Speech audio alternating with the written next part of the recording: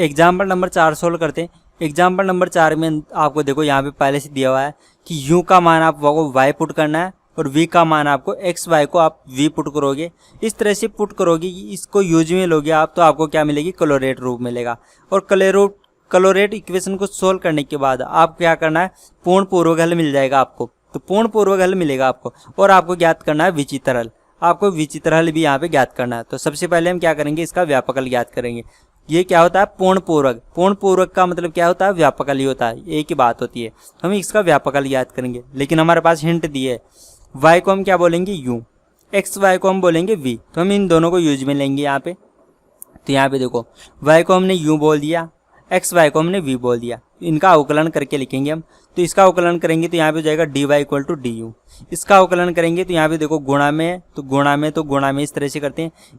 x तो ऐसे कैसे रह जाएगा, ये dy हो जाएगा, फिर y सेम रह गया और dx हो गया, और इसका v का अवकलन तो हो गया dv। तो अब देखो dv के अंदर मैं du का भाग दे देता हूँ। तो भाग देने के बाद हमें ये मिलेगा। नीचे वाले इक्वेशन में हमने ऊपर वाले इक्वेशन का भाग दे दिया, तो भाग देने के बाद हमें क्या मिला, ये। तो यहाँ पे देखो, यहाँ पे थोड़ा यहाँ पे देखो dy से dy कैंसिल हो जाएगा यहाँ पे। तो यहाँ पे तो केवल x बचा। और यहाँ पे देखो dx अपॉन dy, देखो dy अपॉन dx, इसको हम क्या बोलते हैं, p। तो dx अपॉन dy को हम क्या बोलेंगे, 1 अपॉन p।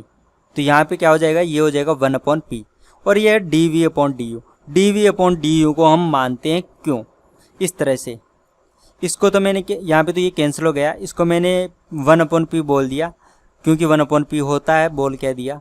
यहाँ पे dv अपॉन dx है, तो dv अपॉन dx को हम क्या बोलते हैं, क्यों बोलते हैं। तो यहाँ पे dv अपॉन dx को मैंने क्या कर दिया, क्यों लिख दिया यहाँ पे। तो dv अपॉन dx को तो मैंने यहाँ पे क्यों लिख दिया, यहाँ पे इस तरह से। अब यहाँ पे देखो, यहाँ से मैं p ज्ञात कर सकता हूँ। इस इक्वेशन को सोल्व करके मैं p का मान प्राप्त कर सकता हूँ। तो मैंने यहाँ पे देखो p का मान मैंने यहाँ पे प्राप्त कर लिया, और dv अपॉन dx हमारे पास क्या है, q है। तो p का मान हमने प्राप्त कर लिया। अब ये जो p का मान है, ये p का मान हम रखेंगे, हमारा जो क्वेश्चन है ये हमारा पास क्वेश्चन है, यहाँ पे हम रखेंगे p का मान। तो p का मान रखते हैं, हमें क्या मिलेगा, जो p का मान रखने के बाद ये हमें ये इक्वेशन मिली। अब आप देख सकते हो q माइनस एक्स ये बटे हुए में आ रहा है, तो हम इसका क्या करेंगे, गुणा करेंगे पूरी इक्वेशन में। लेकिन यहाँ पे पावर 2 है, तो हम पावर 2 के साथ इसको गुणा करेंगे ताकि ये नीचे से हट जाए। तो हम इसको गुणा कर दिए, ये गुणा कर दिया हमने। तो यहाँ पे देखो q माइनस एक्स ये हट गया क्योंकि पावर 2 थी, ये गुणा कर दिया, हट गया। यहाँ पे देखो, यहाँ पे पावर 2 से गुणा किया तो एक पावर तो इससे कैंसिल हो गई, अरे एक बार ऐसे कैसे आ गया। और यहाँ पे देखो y की पावर 2 के साथ, पावर 2 के साथ में गुणा में आ गया, इस तरह से। अब इसको सोल्व करेंगे हम आगे। तो सोल्व करने के लिए हम क्या करेंगे, इसको अंदर गुणा कर देंगे और इसको आगे सोल्व करेंगे। तो मैं इसको गुणा करके इस तरह से लिखूंगा। तो मैंने यहाँ पे देखो पूरे जितने भी फंक्शन था सबको गुणा कर दिया और ये हमें ये इक्वेशन मिल गई। अब यहाँ पे देखो ये x की पावर 2 पॉजिटिव है, x की पावर 2 नेगेटिव है, और ये फिर से पॉजिटिव है, तो ये तो कैंसिल आउट हो जाएगा। फिर यहाँ पे देखो माइनस के एक्स वाई और ये माइनस के एक्स वाई, तो माइनस के 3xy हो गए। तो हम इसको आगे इस तरह से लिख सकते हैं। तो जो कैंसिल आउट हो रहा था उसको तो मैंने कैंसिल कर दिया, और जो बच गए उसको मैंने यहाँ पे इस तरह से लिख दिया। तो यहाँ पे देखो, यहाँ पे हो गया Q Y minus K X Y plus P Q की पावर 2। तो यहाँ पे अब हम क्या करेंगे, ये मान पुट करेंगे। जहाँ पे y है वहाँ पे u पुट करेंगे, और जहाँ पे xy है वहाँ पे v पुट करेंगे। तो यहाँ पे देखो, यहाँ पे xy है तो यहाँ पे v पुट करूँगा, यहाँ पे मैं u पुट करूँगा। तो ये इक्वेशन इस तरह से बन जाएगी। तो ये हो जाएगी क्यू यू माइनस के v प्लस क्यू की पावर 2। अब मैं यहाँ से देखो v का मान याद कर सकता हूँ, तो यहाँ पे v का मान मुझे ये मिलेगा। तो ये जो है ये क्लोरेट रूप की इक्वेशन होती है। अब आपने नहीं पढ़ा है कि क्लोरेट क्या होता है, तो आप चैप्टर 3 पढ़िए। चैप्टर 3 के अंदर जो चैप्टर 3 है हमारा, वहाँ पे आपको ये सब पढ़ने को मिल जाएगा कि क्लोरेट इक्वेशन क्या होती है, इसको किस तरह से सोल्व करते हैं। तो इसको सोल्व करने का तरीका है कि ये जो क्लोरेट रूप होती है उसके अंदर जो क्यू होता है, ये इसको हम डायरेक्ट सी लिख देते हैं। तो हमारे पास इसका आंसर मिलेगा हमें ये, जहाँ पे क्यू था वहाँ पे मैंने सी लिख दिया, यहाँ पे भी क्यू था तो यहाँ पे भी मैंने सी लिख दिया। अब फिर से हम इसका मान रखेंगे। यहाँ पे v का मान हमने क्या लिखा था, एक्स वाई, तो v का मान यहाँ पे रखेंगे, u का मान भी हम यहाँ पे पुट कर देंगे। तो ये हो गया इसका व्यापक हल। ये हमारे पास इसका व्यापक हल आ चुका है। अब व्यापक हल मैंने ज्ञात कर लिया। इसके बाद क्या करते हैं, p डिस्क्रिमिनेंट यानी कि p विविक्तिकार ज्ञात करते हैं।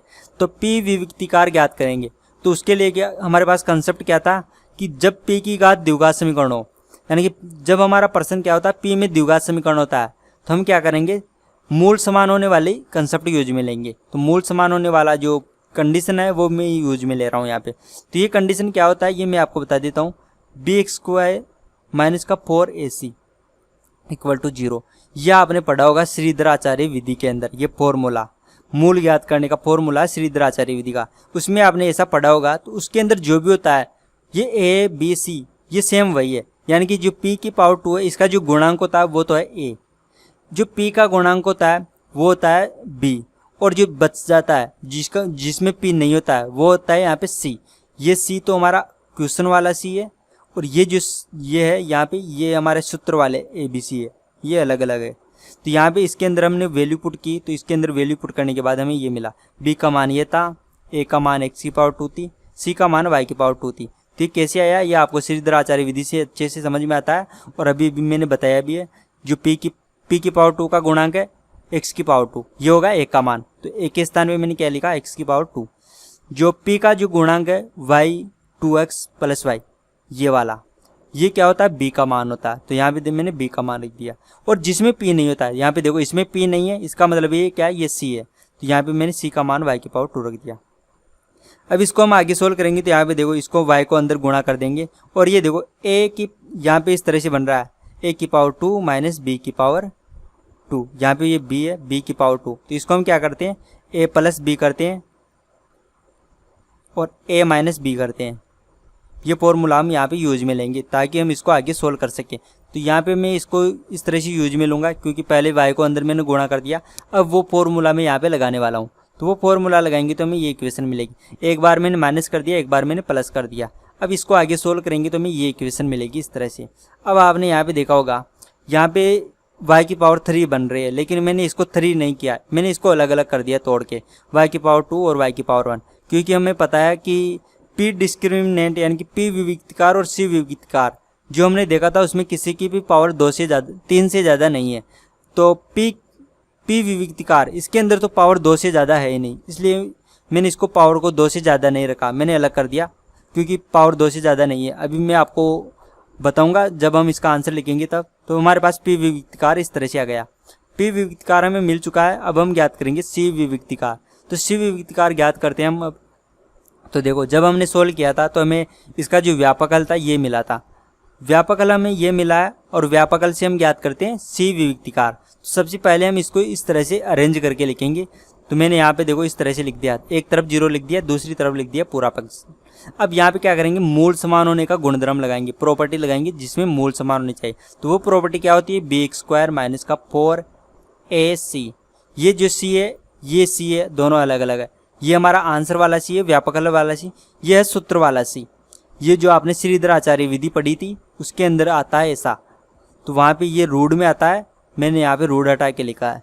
तो उसके अंदर क्या होता है ये जो b होता है वो क्या होता है, जो c का जो गुणांक होगा वो b होगा, क्योंकि यहाँ पे c की द्विघात समीकरण है, x के नहीं है, c की द्विघात समीकरण है। तो c की पावर 2 ये क्या होगा, इसका जो गुणांक होगा a होगा, जो c का गुणांक होगा वो b होगा, जो बचेगा लास्ट में वो क्या होगा c होगा। तो यहाँ पे देखो a b c का मान हम यहाँ पे पुट करेंगे इस इक्वेशन में, तो हमें ये मिलेगा। यहाँ पे b का मान क्या है y, क्यों है, क्योंकि यहाँ पे c का गुणांक y है।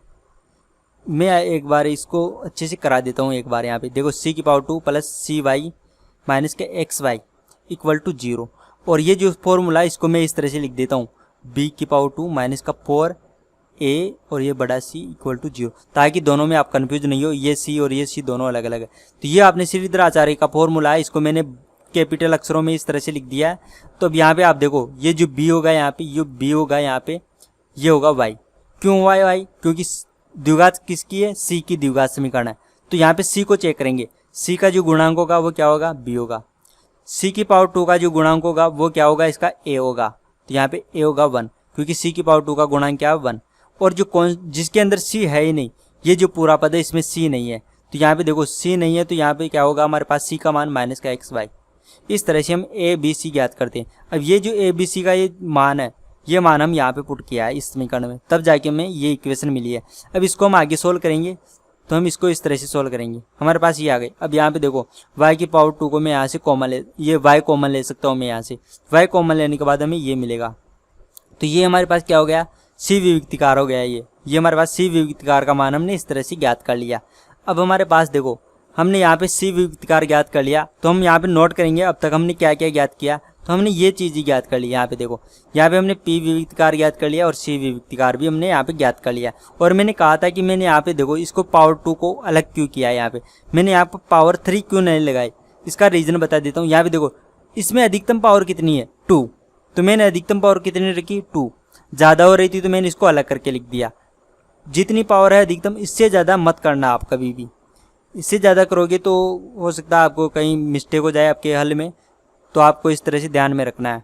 अब यहाँ पे देखो, यहाँ पे जो उभयनिष्ठ गुणनखंड आ रहा है वो होगा हमारा पास विचित्रल। तो यहाँ पे देखो y से लेकर यहाँ तक ये पूरा इसके अंदर आ रहा है, इसका मतलब क्या है, ये विचित्रल है। तो इसका विचित्रल जो भी होगा ये इस तरह से हो जाएगा। तो इसका विचित्रल क्या हो गया, y = 0। यहाँ पे या नहीं आना चाहिए, यहाँ पे और आना चाहिए। यहाँ पे इसके दो विचित्रल आ रही है, y = 0 और ये आ रहा है 4x + y = 0। या आप इसको इस तरह से लिख सकते हो, y 4x + y = 0। एक साथ गुणा करके भी लिख सकते हो आप पूरा फंक्शन को, ऐसे के ऐसे उठा के भी लिख सकते हो, या आप दोनों को अलग अलग करके लिख सकते हो। तो ये हो गया आपके पास विचित्रल। अगर आपको हमारे वीडियो से हेल्प हो रही है तो हमारे YouTube चैनल को सब्सक्राइब कीजिए। और आपको फिजिक्स, केमिस्ट्री, मैथ, बायो या किसी भी कॉम्पिटिटिव एग्ज़ाम के PDF नोट्स चाहिए तो आप हमारा ऐप डाउनलोड कर सकते हो। ऐप हमारा क्यूरियोसिटी फाउंडेशन नाम से प्ले स्टोर पर मिल जाएगा, या हमारे चैनल पे कितने जो भी वीडियो है उसकी डिस्क्रिप्शन बॉक्स में जाइए, वहाँ पे आपको हमारे ऐप का लिंक मिल जाएगा, वहाँ से भी आप डाउनलोड कर सकते हो। तो आप हमारे ऐप को डाउनलोड कीजिए, हमारे YouTube चैनल को सब्सक्राइब कीजिए और वीडियो को शेयर कीजिए अपने फ्रेंड्स के साथ।